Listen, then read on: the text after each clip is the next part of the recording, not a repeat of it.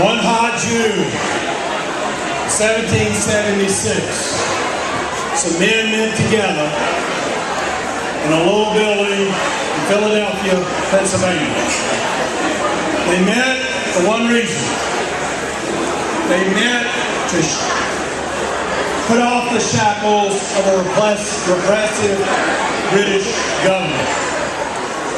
When they signed the Declaration of Independence on July 4th, 1776, every single one of them signed, pledging their lives, their fortunes, and their sacred honor. Many of them lost their lives. Many of them lost their fortunes. But not one lost their sacred honor. Not one. Since that time, since the Declaration of Independence was signed, the Constitution was written and ratified, we have progressively built a bigger and bigger government that has become more and more intrusive into our lives. It's a government that's out of control. It's a government that is too intrusive. It is taxing too much. It's spending too much. It's regulating too much. It's destroying our economy. It's destroying jobs today. And friends, both parties are guilty of spending money we don't have. Both parties are guilty of creating a bigger, more oppressive government. It has to stop. In fact, when I first went to the U.S. Congress in 2007, just like when I was sworn into the U.S. Marine Corps, I swore to uphold the Constitution against enemies, both foreign and domestic. Friends, out of control spending has become our nation's enemy. In fact, Admiral Mike Mullen, the former chairman of the Joint Chiefs of Staff, before he left that position, said that the greatest security threat we face as a nation is our nation's death. We're losing our liberty. Since 2007, I've taken a stand against out-of-control spending. In fact, I have, just in the last 2 years, I've supported measures and introduced amendments to appropriations bills, more than any other member of Congress from Georgia, to cut this out-of-control, irresponsible spending. Just in the last 2 years, I've supported more than $155 billion worth of targeted cuts. Now let me give you some examples of the targeted cuts that I'm supporting. Right now today, in the U.S. Department of Education, we're spending almost $70 billion of your hard-earned money on that department.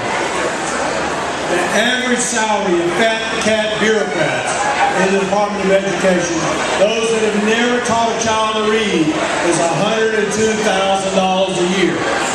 That's twice what average teacher salaries are here in Georgia. I say, let's close down the Department of Education totally.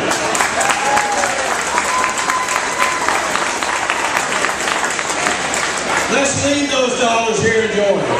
Let's pay our teachers more so we can have a rural-class education system here in the state of Georgia.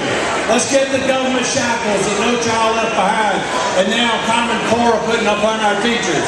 We've got to have a good education system, but we can do that here in Georgia without a Department of Education in Washington, D.C. telling teachers how to teach. And while we're at it, let's shut down the EPA also.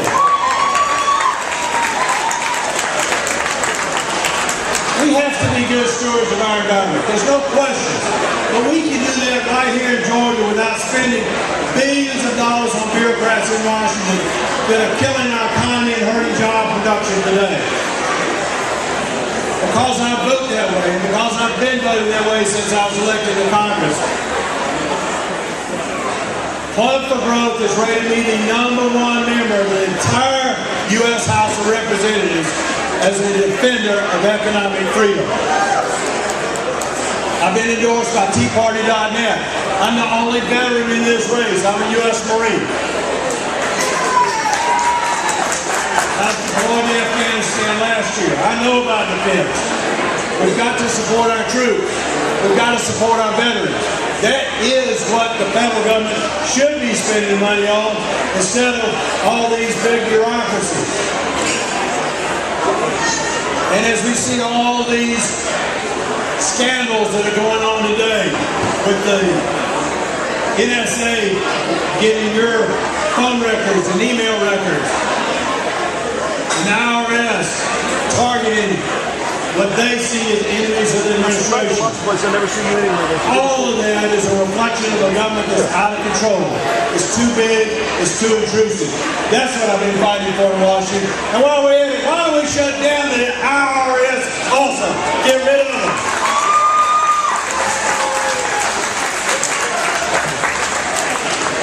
We've got to go back to constitutionally limited government. I'm the only candidate in this race who believes in the Constitution as our founding fathers meant for it to be. I will not vote for a bill unless it's in one of the enumerated powers that is given to Congress.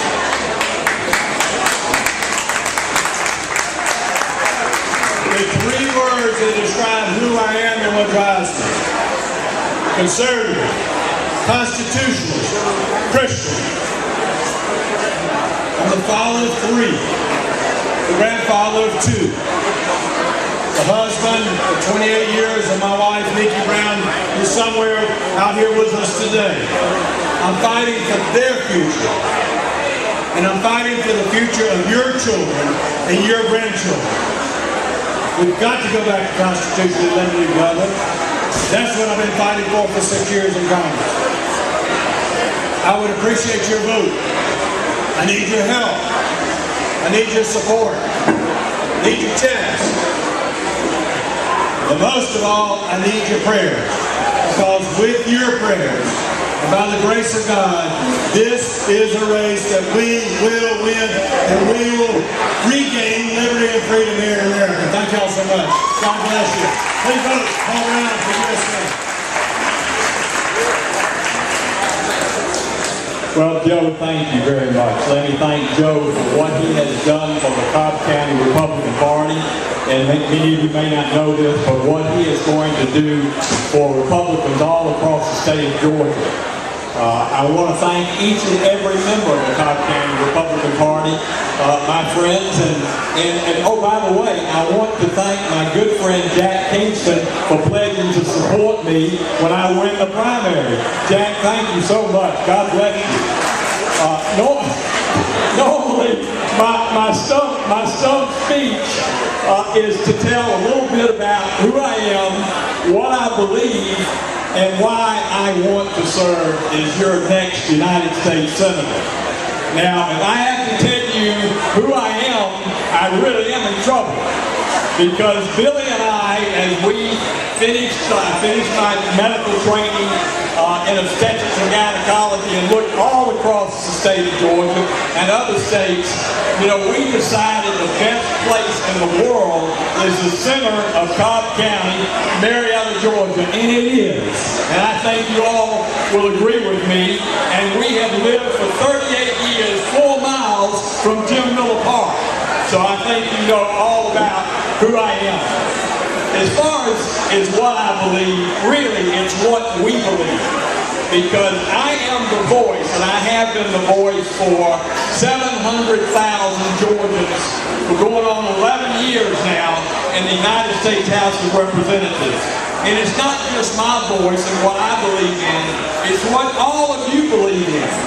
And let me just start by saying, do you think we're taxed enough already? And what does that spell? What does that spell? That spells Tea Party, and the Tea Party is absolutely right. We don't have a revenue problem in Washington, we have a spending problem. I believe in the wisdom of the Constitution. I believe in a balanced budget. Clearly, if 49 states in this country can balance their budgets, why in the world cannot the federal government? And I believe in the wisdom, of course, of faith and family. And I believe in traditional Georgia values, just as I know that you believe in traditional Georgia values. And that, my friends, includes the definition of marriage, and that a child needs a mother and father, and I'll never back away from that, not one iota, no matter what the liberal press has to say. And of course, the sanctity of life. As an OBGYN physician, having delivered 5,200 babies over 26 years, and I've already seen 5 or 6 in this room today. Beautiful, nothing but beautiful babies, and now young adults. I believe in that sanctity of life from the very moment of conception. The very moment of conception.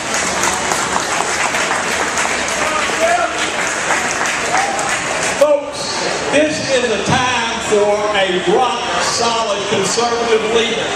It's not enough to be sort of conservative. It's not enough to be mostly conservative. It's a time for a United States Senator to stand rock-solid on Georgia values and principles. And that's what I promise that I will do for you. That's what I promise that I will do for you. And I am not interested in forming any gangs with Chuck Schumer and Harry Reid. If Phil Gingrich forms a gang, it will be a gang with 6 or 8 rock-solid conservative Republicans in the United States Senate.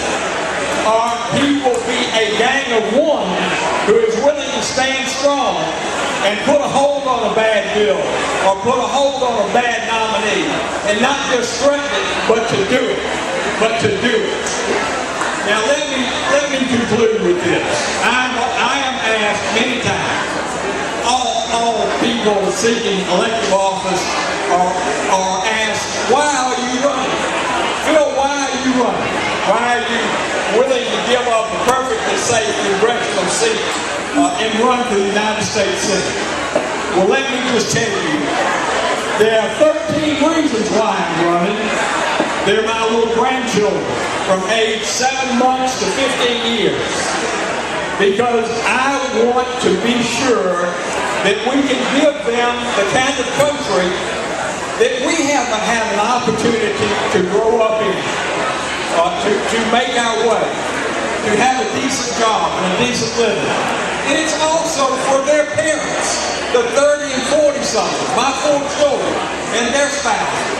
And you know what I'm talking about. So many people in this room are grandparents. They've been parents, they're now grandparents. And they see their own children struggling because of what this administration and this miserable president has done to this country. He has destroyed this country. But last but not least, and there's something that I don't often hear politicians mention, and that's the seniors in this country and the seniors in this room. There are over 1 million poor seniors in Georgia that are struggling, and they're wondering if they're going to outlive their money. They're wondering if Social Security is going to continue to be there for them. They're wondering if those Medicare claims are going to be honored. So I want to make sure that you understand that Phil Gingrich is not just worried about the current generation, our children, or the next generation, our grandchildren. I am just as worried about you, because you can't wait for the next generation for the solution to occur. And I promise you I will go to the Senate. And I want you to let me be your voice, because together I think that we can return to our children the country that's always been the greatest nation on the face of this earth. God bless all of you, and God bless Georgia. Thank you so much. Thank you, Jeff. Good afternoon, everyone. I am so pleased to be here. I'm Karen Campbell, and I am running to be your next United States Senator. Ladies and gentlemen, America is off track. Washington is broken. We can no longer afford to continue to kick the can down the road. We need new leadership, dynamic leadership, a fighter who is going to come into the United States Senate and make things happen. You know I'm a fighter. You know I have a track record of standing up to the status quo, but more importantly, of getting the job done against the status quo. I was able to turn around the North Bolton Chamber of Commerce, bring it from the brink of bankruptcy back to solvency. When I was chairman of the Fulton County Board of Commissioners, I came into a $100 million budget deficit. I was not in a majority position, but I was able to balance that budget without a tax increase, and I did it by being strategic and targeted and prioritizing spending. No one thought it could be done, but I knew it could be, and I did get it done. When I came in as your Secretary of State, when you gave me the great honor and privilege to serve as your Secretary of State, photo ID had languished. I put together the plan, we were able to get through the court, and we got photo ID done and implemented. I also, thank you. I took on the U.S. Department of Justice and the Obama administration when they said I couldn't verify citizenship. Well, today we do verify to make sure that only U.S. citizens are voting in Georgia's election. That's the kind of leadership that we need. No more kicking the can down the road just to get through the next election. Too much is at stake. We have got to get federal spending under control. We must reduce the budget, reduce the budget deficit. We need to scrap the IRS. The time for reform is past. We need to scrap the IRS and start all over with a fairer, simpler tax structure so that businesses and individuals can get much needed tax relief. And on the regulatory front, we need a full across-the-board audit of all the regulations on the books for the United States so that we can determine what's working and what's strangling businesses in this country. And when there's a new regulation proposed, there needs to be automatic sunset so that they just can't sit on the books for decades to come. Ladies and gentlemen, Washington is broken, and we must have a strong leader, a fighter who is going to stand up to K Street, stand up to the status quo, stand up to the establishment. On this day, so many years ago, 273 years ago, our founding fathers adopted the Declaration of Independence, and they put their lives, their livelihood, and their honor on the line to give us a legacy of freedom and opportunity.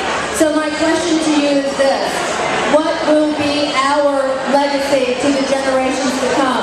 Will it be a crushing deficit? Will it be out of control spending, diminishing freedom? I will not resign myself to an America that is lesser. We must not resign ourselves to lesser opportunity. I ask for your vote to be your next United States Senator, and together we will ensure that America remains the greatest land of opportunity, the greatest land of the free for generations to come. Thank you. God bless you, and God bless America. Appreciate being here today. I'm very respectful of all of y'all who still hung in here and listened to speeches. And I'm tempted to say, if I yield the floor right now, will you vote for me? Or should I just give a speech and then put it at risk? I'm very glad to be here today. I'm Jack Kingston. I represent coastal Georgia, Valdosta, Savannah, Brunswick, 4 military installations, lots of agriculture, lots of coastal tourism, and the Port of Savannah, which incidentally has 350,000 jobs in the state of Georgia, and most of them are up here. Now, I actually was reared in Athens, Georgia. I had an aunt here in Marietta. She lived in Indian Hills. And it was a really big deal as a child to come up here and go ice skating at Park Air Malls. How many of y'all remember the ice skating rink at Park Air? Well, I'm telling you, when you're a little hayseed from Athens, Georgia, and you can come up here to the big city and learn how to ice skate, that was big-time stuff. And I know that they took away the ice skating rink, but, you know, it was a great memory. I grew up in a time when there were so many good things going on in the state of Georgia, as there still are. But, you know, it was a time when you said yes, sir, or no, ma'am. It was a time when you never talked back to your teacher. Because if you did, she might tell your dad, and I can promise you, the worst is yet to come. It was a time when the whole town was closed down on a Sunday, and all the neighbors knew each other. And it was a time when if you needed to change the oil in your car, you found out what big brother knew how to do it, and he would teach you so that you in turn could turn around and teach your own kid brother one day. It was a great time to grow up. And there were so many values that I learned in my childhood that I still carry with me today. My dad, for example, was raised in the Great Depression. He taught us how to be frugal. And I was called many times a tightwad. As a member of Congress, I've been called a tightwad. I don't think it's a bad title. I'm proud that as a member of Congress, I've returned over $1 million to the taxpayers in unused office expenses and supplies. I think that's very important. Although I represent a lot of agriculture, I am proud to say that as chairman of the Agriculture Appropriations Committee, I've cut spending $3.6 billion, and it was signed into law by President Obama. I didn't do that by going about it passively. I went about it very, very aggressively. And I believe that's what you and I have to do. Right now, I'm chairman of the Labor, Health, and Human Resources Committee, and we are cutting spending on that down to a 2001 level. These are the kinds of things you and I have to do as Republicans if we are going to be successful. My dad taught me the value of hard work. Now, as a child, I had lots and lots of chores around the household. Cutting the grass, emptying the garbage, cleaning the gutter. Later on, I saw programs at the University of Georgia football games and basketball games. I delivered summer league sandwiches. I did all kinds of things as a kid, and I learned lessons as a child that still apply today. And that work value is something that I believe we have got to regain in the United States of America. I am proud that 2 weeks ago we passed an amendment on the food stamp bill that said if you are able-bodied and you are receiving food stamps as a public assistance, then you should be required to work, because there really and truly isn't anything as a free lunch. We have to get that lesson into the next generation. Question: how many of you adults had jobs when you were under 15 years old? Raise your hand. And how many of you learned things from those jobs that you still apply today in whatever it is you do? Raise your hand. Now think about that. Why do we think that there should be a generation of Americans who aren't required to work? It's what makes our country great. I'll say this about my mother. My mother taught us about idealism. She was the chairman of the Republican Party in Clark County back in the days when there weren't any Republicans. I served in the state legislature when there were only 26 Republicans. Back in the day that Johnny Isakson was referred to as the minority leader. Paul Coverdale in the Senate was referred to as the minority leader. Kind of a strange concept. Republicans, conservatives, fighter for the cause. But I believe that what you and I have to do is keep that idealism in it. We have to be the party of ideas. If we are going to win the heart and soul of America and regain the White House and have a complete house cleaning in Washington, D.C., we have got to prove that we are the party of ideas that are best for the United States of America. Smaller government, tax simplification, fair tax, things that get people working again. If we do that, I am confident that we will regain not only the White House, but the United States Senate. I pledge to work hard to be your next United States Senator, and I greatly appreciate y'all being here today. And let me say this, because I think this Senate seat is actually in play. I want you to know right here and now, I want to be our party's nominee, but if I'm not the nominee, I will get behind whoever the nominee is, because we have got to keep this Senate seat and we have got to regain the majority in the United States Senate and the White House so that we can turn this country around. Thank you, and God bless you, and God bless America on this 4th of July. It's great to be here again.